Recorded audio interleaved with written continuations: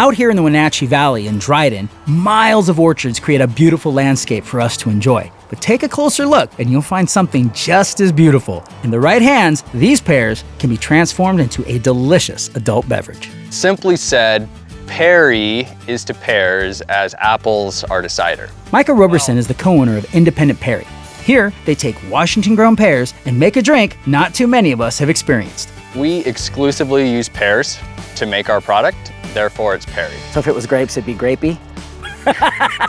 I've heard it called wine. I mean, it's not every day that you get to watch people try something for the first time. Right. More likely than not, folks have not tried Perry. Our pears consistently yield about 6% alcohol by volume. We're really excited that we can hit that spot.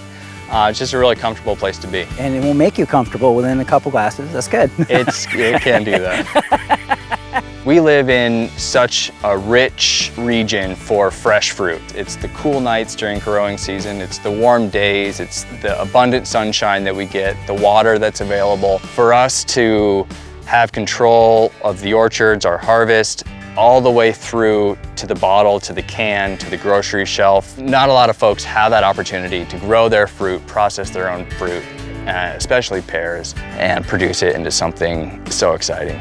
Now it's time to check out the finished product in their processing room. We have our fermentation tanks in front of us here, and our carbonation finishing tanks here. So then after it goes through this process, it literally then is just introduced to CO2 and then bottled? You got it. That's it? Yep. That's pretty simple, actually. First, Micah had me try some pear juice that had just started fermenting.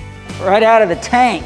These were whole pears as of last Friday. This is probably our favorite stage of the juice. It's really good. There's little to no alcohol. Right. But you still get that really fruit-forward pear flavor. Now, how come we don't see more often like pear juice next to like apple juice and orange juice? That's a good question. I don't exactly know. Because this is great. Yeah, it's fantastic.